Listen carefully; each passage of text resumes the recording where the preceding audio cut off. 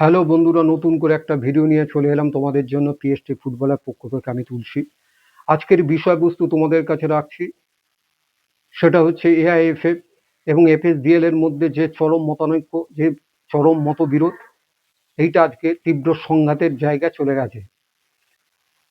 তোমরা জানো আইএসএল এখন পরিচালনা করে হচ্ছে এফএসডিএল, এবং এআইএফএ সবার মাথার উপর বসে আছে, এবং সেখান থেকে এফএসডিএল পরিচালনা করতে গিয়ে এই আইএসএল ব্যাপক ক্ষতির সম্মুখীন হচ্ছে। ক্ষতির পরিমাণ দিনের পর দিন বেড়ে যাচ্ছে।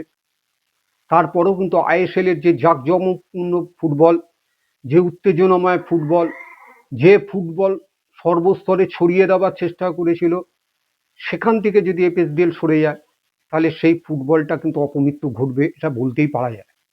কেন, প্রথমেই যে কথাটা বলবো যে এ ফুটবল যে টেলিকাস্ট, সেই টেলিকাস্ট তো আমরা আই লিগের সময় দেখিনি। আজকের টেলিকাস্টে আমরা দেখি যে একটা মাঠের মধ্যে অন্তত 10 থেকে 12টা ক্যামেরা থাকে। সেই ক্যামেরা যে কোনো অ্যাঙ্গেল থেকে কোনো বিতর্কিত সিদ্ধান্তগুলো পর্যন্ত সেই ক্যামেরার মধ্যে দিয়ে বন্দি করে রেখে আমরা বুঝতে পারি, এবং অনেকটা মনে হয় বিদেশের কোনো আন্তর্জাতিক মানের ফুটবলের খেলা আমরা দেখছি। এটা বলতেই হবে, এটা অনস্বীকার্য, শুধুমাত্র এফএসডিএল এই পরিচালনা করার দায়িত্ব পাওয়ার পর। কিন্তু এফএসডিএল এবছর রিনিউ করতে হবে। এআইএফ এর মধ্যে এফএসডিএল এর যে চুক্তি, এবার পুনর্নবীকরণের সময়। কিন্তু সেখানে এফএসডিএল প্রথমেই বক্তব্য বলছে যে না, আমরা এআইএফ কে প্রতি বছর 55 কোটি টাকা দিতে পারবো না, এবং এফএসডিএল এর এই আইএসএল পরিচালনার ক্ষেত্রে দিনের পর দিন যে ক্ষতির বহর বাড়ছে, তার ফলে যে সমস্ত টিমগুলো নিয়ে আইএসএল পরিচালনা হয় সেই টিমগুলো কিন্তু তারা একটু মুখ ফিরিয়ে নিচ্ছে। অনেক টিম করতে চাইছে না। অনেক টিম সেই বাজেটকে কমিয়ে অন্যরকম একটা বাজেটে দাঁড় করাতে চাইছে।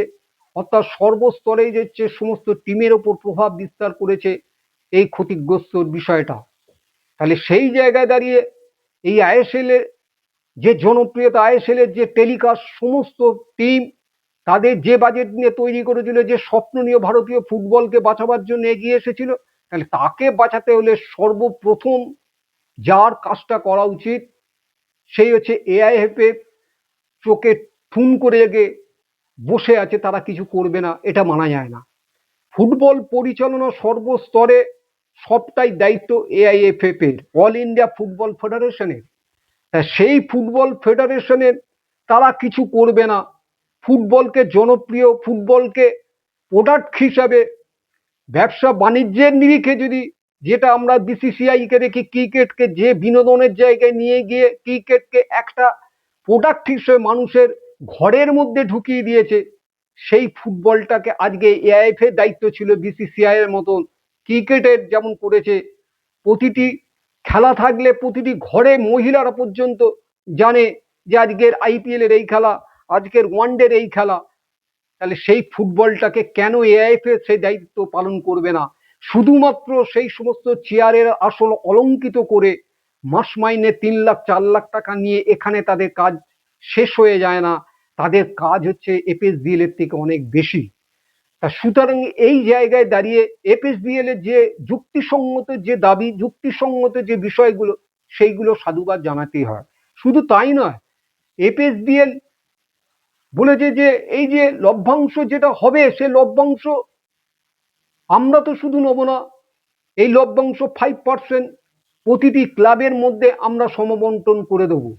এখানে এআইএফ রাজি হচ্ছে না, কারণটা কি? না হওয়ার তো কোনো কিছু না। যে আজকে তো ঠিকই, যে আজকে আইএসএল এ যে জায়গায় এসে যে টিম বাজেট তৈরি হচ্ছে, যে টিম বাজেট নিয়ে টিমগুলোকে ফ্র্যাঞ্চাইজিং গুলো এগোতে হচ্ছে, আর যেইগুলো তিন প্রধানের মতন যে ক্লাব আছে, তারা কি পেরে উঠবে? তারা যদি এফএসডিএল এর এই যে মুনাফার একটা অংশ যদি তাদের সাহায্য না করে, তাহলে তো এই টিমকে বাঁচিয়ে রাখা সম্ভব না। আমরা তো দেখেছি অতীতে হায়দ্রাবাদ এফসির মতন টিম ভেঙে চুরে চুরমার হয়ে গেল। যে একটা টিম চ্যাম্পিয়নের টিম ছিল আইএসএল এ, সেই টিমকে মাঝপথে সমস্ত প্লেয়ার চলে যাচ্ছে, মাঝপথে সমস্ত প্লেয়াররা আর কন্টিনিউ করতে চাইছে না। আমরা মোহামেডানের ক্ষেত্রেও দেখছি। অর্থাৎ সমস্ত টিম ম্যানেজমেন্ট তারা হিমশিম খাচ্ছে। তাহলে সেই জায়গায় দাঁড়িয়ে এফএসডিএল তো সত্যি কথা, যে এই আইএসএল কে বাঁচাবার জন্য তারা যে প্রস্তাবটা দিয়েছে, এটা তো এপিএসডিএল দেবে কেন, এটা তো এআইএফএফ এর দেওয়ার কথা ছিল। সুতরাং এই জায়গায় কিন্তু আজকে এআইএফএফ কিন্তু এগিয়ে আসতে হবে, এবং আমি জানি না তারা কতটুকু সদর্থক ভূমিকা পালন করবে এক্ষেত্রে। তাদের যে নীরবতা, কেন তারা তাদের এই কথাগুলো গুরুত্ব না দিয়ে তারা তলে তলে তারা একটা রূপরেখা, একটা পরিকাঠামো গঠন করছে, অর্থাৎ এপিএসডিএল কে চাপ তৈরি করে রাখার জন্য যে আমরা যে লভ্যাংশ নিতাম সেইটা দিতেই হবে, নাহলে ঠিক আছে তোমরা ছেড়ে দাও, আমরা নিজেরা তৈরি করে নেবো, আমরা নিজেরা পরিচালনা করব। এবং সেই পরিচালনা করার ক্ষেত্রে কি হবে, আইএসএল এর যে কাঠামো, সে কাঠামোটা ভেঙে যাবে, না নতুন একটা লিগ সিস্টেম আবার চালু করে এআইএফএফ। এএফসি কারা খেলবে, আই লিগের টাওয়ার 1 না টাওয়ার 2, অর্থাৎ সুপার কাপ হবে কি হবে না, তারপরে ডুরান্ড কাপ থেকে আরম্ভ করে সেইগুলো কোন জায়গায় গিয়ে পৌঁছবে। কারণ এআইএফএ থাকাকালীন ডুরান্ড কাপও আমরা দেখেছি কি পরিচালনা করেছে, আমরা সুপার কাপের কথা কোনোদিন কল্পনার মধ্যে আনতে পারিনি। তাহলে এই সর্বস্তরে যে বিষয়টা আলটিমেটলি ক্ষতিগ্রস্ত হবে ভারতীয় ফুটবলে, এবং ভারতীয় ফুটবলে ক্ষতিগ্রস্ত তো সে নমুনা আমরা দেখতে পাচ্ছি। এআইএফএফ এর কোনো দায়বদ্ধতা আছে আজকের বাংলাদেশের মতন টিমকে আমরা হারাতে গেলে 3বার ভাবতে হচ্ছে, এবং আমরা অবসরকে ভাঙিয়ে নিয়ে সুনীল ছেত্রীর মতন প্লেয়ারকে অন্তর্ভুক্ত করার পরও আমরা জিততে পারছি না। আজকে ভারতীয় র্যাঙ্কিং কোন জায়গায় এসে পৌঁছেছে, আজকের আইএসএল এত বছর ধরে খেলার পরও বিদেশি শক্তি, বিদেশি টিমের যে বিদেশি প্লেয়ারদের মধ্যে দিয়ে লড়াই করে আমরা যে একটা নিজেদেরকে জায়গায় নিয়ে আসতে পেরেছিলাম, ভেবেছিলাম আমরা এশিয়ান কান্ট্রির মধ্যে একটা জায়গায় পৌঁছতে পারবো, আমরা ভারতীয় ফুটবলে মানচিত্রের একটা ভালো জায়গায় পৌঁছতে পারবো, কিন্তু কই আমরা তো দেখছি ক্রমশ তলানিতে থাকছে। তা সেই জায়গায় এআইএফএফ এর দায়িত্ব কি আজকে দেখতে পাচ্ছি, সেই ফুটবলের উন্নতির জন্য এআইএফএফ এর কোনো সদর্থক ভূমিকা আমরা দেখতে পাচ্ছি না। আজকে নতুন নতুন কোনো লিগ তৈরি হচ্ছে না, অন্যান্য প্রভিন্স কোনো লিগ নেই। আমাদেরও যে কলকাতা লিগ, সেই কলকাতা লিগকে এআইএফএফ এর মুখাপেক্ষী হয়ে থাকতে হয়। তারা একটা সময়সীমা নির্ধারণ করে দেয় যে অন্তত এই 1 মাস 1.5 মাসের মধ্যে তোমরা লিগ শেষ করতে পারবে, এরপরে তোমরা লিগ তৈরি করতে পারবে না, তোমরা সিল করতে পারবে না এই সময়ের মধ্যে। তাহলে একটা মাদার অর্গানাইজেশন যে টোটাল ভারতবর্ষে ফুটবল উন্নতির জন্য যে কমিটি তৈরি হয়ে যারা ফুটবলকে পরিচালনা করবার জন্য যারা বসে আছে, তার এই অদূরদর্শিতা কি মেনে নেওয়া যায়? এবং এইটাই হচ্ছে আজকে একটা অশনি সংকেত।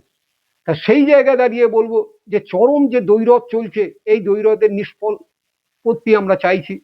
আমরা চাইছি যে খুব দ্রুততার সাথে এই বিষয়টাকে উভয় পক্ষ একটা গোল টেবিলের মধ্যে বসে একটা সদর্থক ভূমিকা নিক, যাতে আইএসএল এর মতো যে টুর্নামেন্ট যা মানুষের যে জায়গায় ছিল, যে ফুটবলটাকে যে জায়গায় পৌঁছে দিয়েছে এপিএসডিএল, এটা অন্তত বেঁচে থাকুক।